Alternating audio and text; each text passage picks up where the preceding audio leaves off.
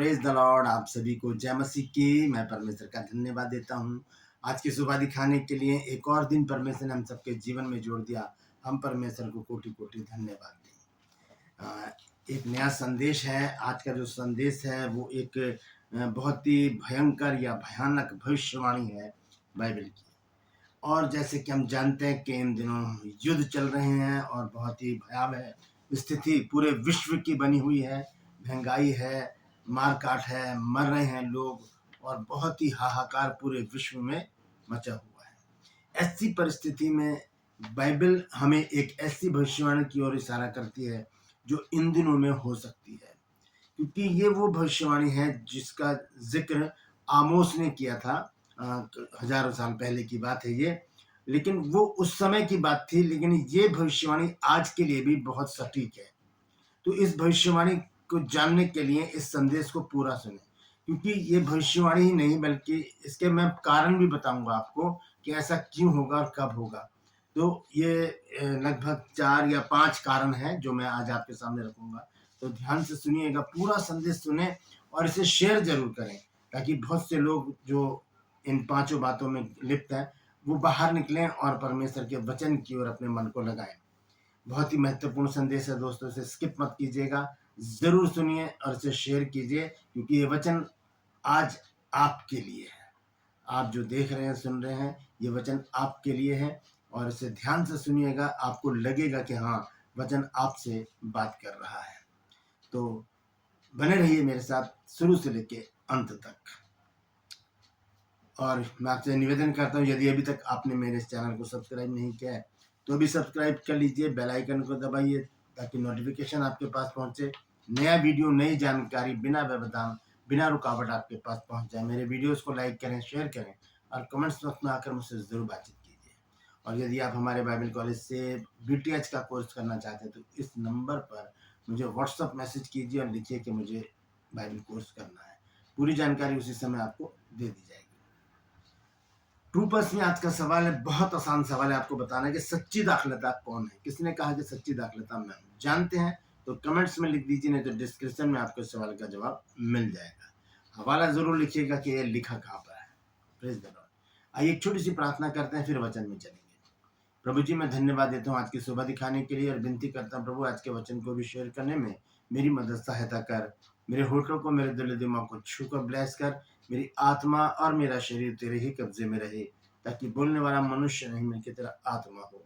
जो भी गुण भेद की बातें आज के वचन में छिपी हैं प्रभु, वो हम पे प्रकट करना, ताकि हम उन बातों को जाने और उन्हीं के अनुसार अपने जीवनों को व्यतीत करने वाले बन जाए। जितने भी लोग इस वचन को देख रहे हैं, सुन रहे हैं, उन सब पर मैं तेरी आशीष बोलता हूँ प्रभु जी। हर एक को आशीषित कर। हर एक की रोग, बीमारी, चिंता, परेशानी, दुख, तकलीफें, लड़ाई झगड़े, मनमुटाव, बांझपन, कर्जा, नशा, बेरोजगारी, कमी, घटिया, बुरी बीमारी और तलाक की समस्या हर एक घर से, हर एक दिल, जिस्म, जान से दूर हो जाए। धन्यवाद देता हूँ प्रभु, तूने मेरी प्रार्थना को सुन लिया। यीशु नासरी के नाम से मांगते हैं, आमीन। Praise the Lord. तो आइए संदेश में आगे जाने से पहले मैं आपसे गुजारिश करता हूँ कि यदि परमेश्वर आपके मन में कुछ डालता है हमारी मिनिस्ट्री के लिए, कुछ हेल्प करने के लिए, तो ज़रूर आगे आइए। डिस्क्रिप्शन में मेरा अकाउंट नंबर भी है, मेरा पेटीएम नंबर भी है। आप उसमें ज़रूर हमारी हेल्प कर सकते हैं, क्योंकि हमारा उद्देश्य है दिल्ली में बाइबल कॉलेज और बाइबल कॉलेज बनाने का। और एक और प्रोजेक्ट है जो मैं बहुत से दिनों से आपको बता रहा हूँ, जो हॉस्पिटल का जो प्रोजेक्ट है, उसके लिए हमें आपकी सहायता की ज़रूरत है। अगर परमेश्वर आपके मन में डालता है तो ज़रूर आगे आइए, हम मिल के परमेश्वर के राज्य की तैयारी करेंगे। Praise the Lord. तो आइए उस वचन को हम देखेंगे। वचन है आमोस की पुस्तक है 8 अध्याय और उसका 11वें पद। आइए उस वचन को हम देखेंगे कि वहां पर क्या लिखा है। आमोस की पुस्तक है 8 अध्याय और उसका 11वें पद।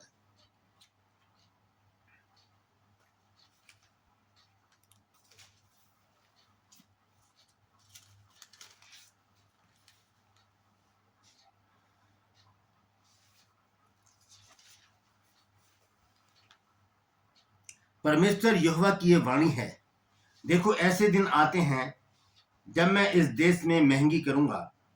उसमें ना तो अन्न की भूख और ना पानी की प्यास होगी, परंतु यहोवा के वचनों के सुनने ही की भूख और प्यास होगी। और 12 पद में देखिए क्या लिखा है।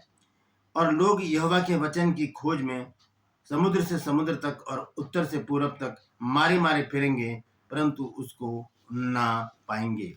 ये एक भयंकर भविष्यवाणी है आमोस जो भविष्यवक्ता है उसकी ओर से।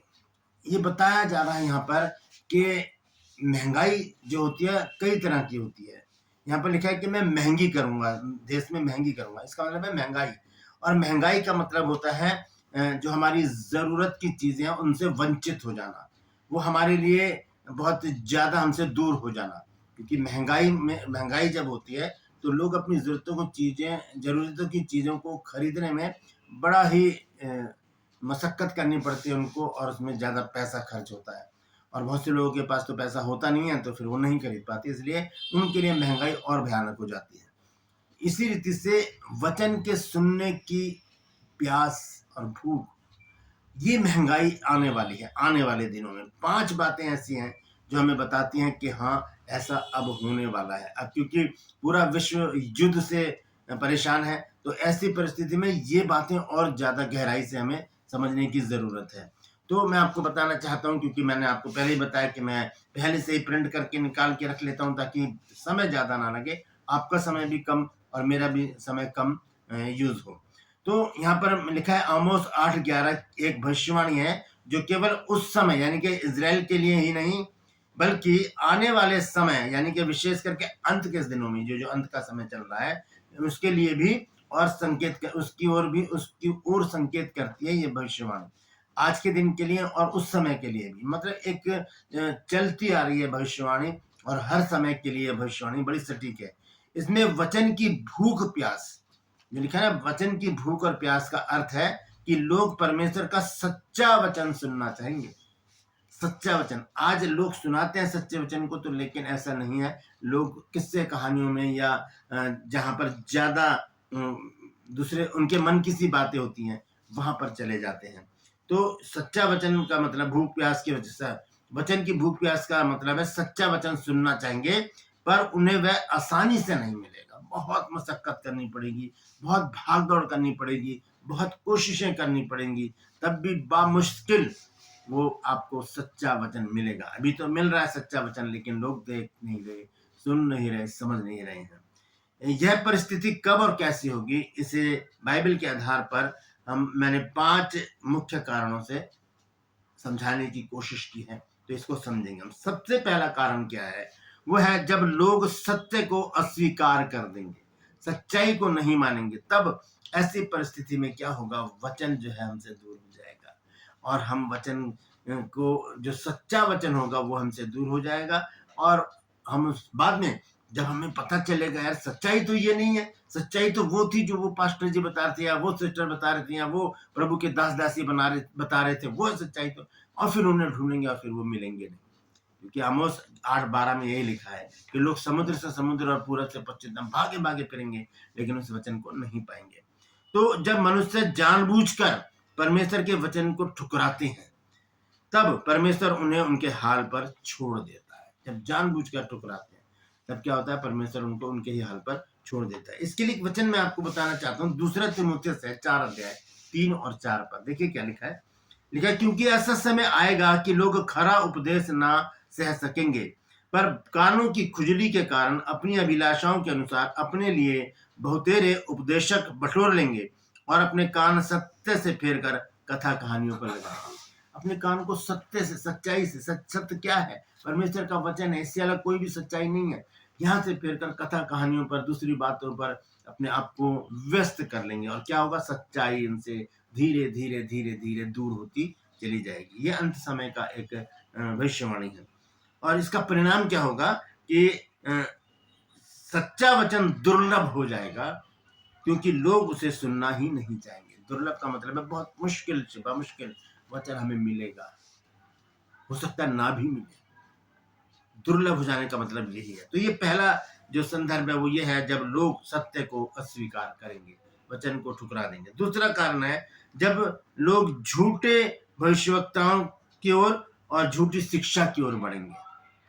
झूठी शिक्षाओं के कारण सच्चाई दब जाती है और लोगों को असली वचन मिलना कठिन हो जाता है। झूठी शिक्षाएं पूरे जोर शोर से काम करती है, क्योंकि जो झूठ बोलता है ना, अपने आप अपनी बात को प्रूव करने के लिए वो ज्यादा जोर से बोलता है, झूठ ज्यादा जोर से प्रचार किया जाता है, और इसीलिए जो सच्चाई होती है वो दब जाती है। लेकिन सच सच है, झूठ के पैर नहीं होते, वो उखड़ जाता है एक दिन, लेकिन सच जो है वो अडिग खड़ा रहता है। उसके लिए एक वचन है मत्ती रचित सुसमाचार 24 अध्याय का 11 पद, देखिए क्या लिखा है।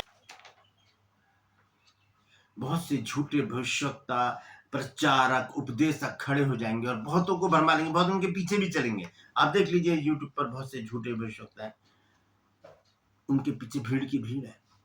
तो यहाँ पर हम देखते हैं कि इसका परिणाम क्या है कि लोग भ्रम में पड़ जाएंगे और सच्चे वचन की भूख तब बढ़ेगी जब देखेंगे, आखिर में जब आंखें खुलेंगी कि अरे हमने क्या किया, हम तो सच्चे वचन को छोड़कर झूठ की तरफ भागने लगे, हम झूठे भविष्यवक्ता, झूठे उपदेशों की तरफ भागने लगे। जब उनकी आंख खुलेगी तब सच्चाई की तरफ वो भागेंगे। और वचन कहता है कि समुद्र से समुद्र तक और पूरब से पश्चिम तक भागे भागे फिरेंगे, लेकिन उनको वचन नहीं मिलेगा। बहुत भयंकर भविष्यवाणी है दोस्तों। अभी से हमें सचेत हो जाने की जरूरत है। अभी से हमें वचन पर ज्ञान, वचन के ज्ञान को प्राप्त करने की जरूरत है। जो सच्चे सेवक हैं, जो सच्चाई से खराई से परमेश्वर के वचन को सुना रहे हैं, हमें उनकी सुनने की जरूरत है। तो तीसरा जो संदर्भ है इसका वो है जब अधर्म और पाप बढ़ेगा। जब अधर्म और पाप बढ़ेगा, ये अंत समय का अंत जो है, अंत समय चल रहा है और इसमें ऐसा हो रहा है। अधर्म और पाप बढ़ चुका है। पाप के बढ़ने से मनुष्य का हृदय कठोर हो जाता है। जब इंसान पाप पर पाप करता रहता है तो परमेश्वर की तरफ से उसका मन कठोर हो जाता है, क्योंकि बाइबल हमें बताती है कि जो पापी होते हैं वो ज्योति के सामने आना नहीं चाहते, क्योंकि ऐसा ना हो कि उनके काम प्रकट हो जाए, तो जिससे वह परमेश्वर की आवाज सुनना बंद कर देता है। ऐसा व्यक्ति जो पाप के बढ़ने से अपने मन को कठोर कर लेता है, वो परमेश्वर की आवाज को भी सुनना क्या कर देता है, बंद कर देता है। इसके लिए एक वचन है मत्ती रचित सुसमाचार 24 अध्याय के 12 पद में, यहाँ लिखा है अधर्म के बढ़ने से बहुतों का प्रेम ठंडा पड़ जाएगा और जो अंत तक धीरज धरेगा उसी का उद्धार होगा। तो अधर्म के बढ़ने से क्या होता है, हम वचन से दूर हो जाते हैं। वचन की गहराई, वचन की सच्चाई और सत्य वचन से हम दूर हो जाते हैं। फिर हमें वो वचन मिलेगा भी नहीं, क्योंकि हमने एक सच्चाई को ठुकरा दिया है, हम झूठ की ओर अग्रसर हो गए हैं। चौथा जो संदर्भ है वो है जब परमेश्वर अपनी आवाज को कुछ समय के लिए रोक देगा। इन अंतिम दिनों में भी, पहले भी ऐसा हुआ है कि परमेश्वर ने अपनी आवाज को रोक लिया और जो सच्चाई है वो लोगों तक नहीं पहुंच पाई, वचन लोगों तक नहीं पहुंच पाया। जब मलाकी की पुस्तक समाप्त हुई उसके बाद 400 साल तक परमेश्वर मौन रहा, ना कोई वचन लिखा गया, ना कोई भविष्यवाणी हुई। उसके बाद मत्ती रचित सुसमाचार की पुस्तक आई 400 साल बाद मलाकी के बंद होने के। तो ऐसी परिस्थिति में भी क्या होगा, लोग वचन को ढूंढेंगे लेकिन उन्हें मिलेगा नहीं। ये उस समय भी हुआ था जब सैमुअल को परमेश्वर ने अपने लिए चुना था। ये हम देखेंगे पहला सैमुअल 3 अध्याय का पहला पद, यह लिखा है उन दिनों में यहोवा का वचन दुर्लभ था और दर्शन बहुत कम होते थे। उन दिनों में जब सैमुअल का समय था, एली का समय था, उन दिनों में ये वचन जो है बहुत दुर्लभ था, बड़ी मुश्किल से मिलता था। वही समय अब भी आने वाला है। इसका परिणाम क्या होगा, इसका परिणाम यह होगा कि लोग ढूंढेंगे, सच्चे वचन को ढूंढेंगे, लेकिन मिलेगा नहीं। और दूसरी बात, उन्हें स्पष्ट मार्गदर्शन भी नहीं मिलेगा। कोई मार्गदर्शन करने वाला भी नहीं होगा, कोई सुनाने वाला नहीं होगा, कोई समझाने वाला नहीं होगा। अभी जब हम इस सच्चाई को इग्नोर कर रहे हैं, इसे ठुकरा रहे हैं और इसको महत्व नहीं दे रहे हैं, परमेश्वर भी उसको अपने आप से हटा लेगा। जब हम किसी चीज को ठुकरा देते हैं तो वो परमेश्वर हमसे उसे दूर कर देता है। फिर बाद में जब हमें पता चलता है यही तो मेरे काम की चीज थी, तब बहुत देर हो जाती है। फिर हम पछताते हैं और फिर हम वचन के लिए समुद्र से समुद्र और पूरब से पश्चिम तक मारे मारे फिरेंगे, लेकिन वो हमको मिलेगा नहीं। पांचवा जो संदर्भ है वो है जब लोग सांसारिक चीजों में व्यस्त हो जाएंगे। आजकल ये ज्यादा हो रहा है, लोग संसार की चीजों में, संसार के अभिलाषाओं में, लोगों में इतने व्यस्त हैं कि क्योंकि बहुत सारे अब क्या हो गए, सोशल मीडिया का समय टाइम है, तो अब बहुत सारी चीजें ऐसी हो गई हैं जिसमें लोग व्यस्त हैं। जैसे कि फरवरी के महीने में आता है chocolate day, rose day, hug day और वैलेंटाइन डे, ऐसे बहुत सारे डे जो है वो अब हो गए। अब इसमें लोगों का समय जो है वो बीतता है। लेकिन वचन तो वचन है, वचन को जब हम इग्नोर करेंगे तो वचन भी एक दिन हमसे दूर कर लिया जाएगा। तो भौतिकता और संसार की चिंताएं लोगों को परमेश्वर से दूर कर देती हैं। संसार की भौतिकतावादी और ये संसार की चिंताएं, संसार की बातें जो मैंने आपको बताई, जो रेस बने हुए हैं, वो क्या, उससे क्या हो गया, परमेश्वर से लोग दूर होते चले गए। और परमेश्वर से दूर होने का मतलब है परमेश्वर के वचन से, परमेश्वर के सच्चे वचन से दूर होना। कभी कभार चर्च चले गया, कभी कभार यूट्यूब खोल के देख लिया, तो ऐसे लोगों के वचन सुनते हैं जो ये मेरे लिए हैं, बस उनके वचन। इसके लिए एक वचन देखेंगे हम, लूका रचित सुसमाचार 21 अध्याय का 34 पद। यहाँ लिखा है, इसलिए सावधान रहो, ऐसा न हो कि तुम्हारे मन की खुमार और मतवालेपन और इस जीवन की चिंताओं से सुस्त हो जाएं, और वह दिन तुम पर फंदे की नाई अचानक आ पड़े। कौन सा दिन? ये जो महंगी है, ये दिन अचानक हमारे पास आ पड़ेगा। हम समुद्र से समुद्र और राज्यों से राज्य और इधर से उधर भागे भागे फिरेंगे, फोन को खंगाल लेंगे, लेकिन कोई भी वचन सुनाने वाला नहीं होगा। आज तो बहुत सारे व्हाट्सएप ग्रुप हैं जहाँ पर बहुत सारे लोग जूम पर और गूगल मीट पर बहुत सारी सभाएं करते हैं, और व्हाट्सएप पर भी बहुत सारे लोग जो है वो मीटिंग करके आधा पौना घंटा जो है वो परमेश्वर के वचन को प्रीच करते हैं। लेकिन वहाँ पर भी लोग, अगर ग्रुप में अगर 20 लोग हैं तो 6-7 ही लोग वहाँ पर शामिल होते हैं उस समय। तो ऐसी परिस्थिति कब आ जाएगी? जब लोग संसारिक हो जाएंगे, संसारिक चीजों में व्यस्त हो जाएंगे। तो ये 5वां जो संदर्भ है, इसका परिणाम क्या है? वचन के लिए समय और भूख दोनों समाप्त हो जाएंगी।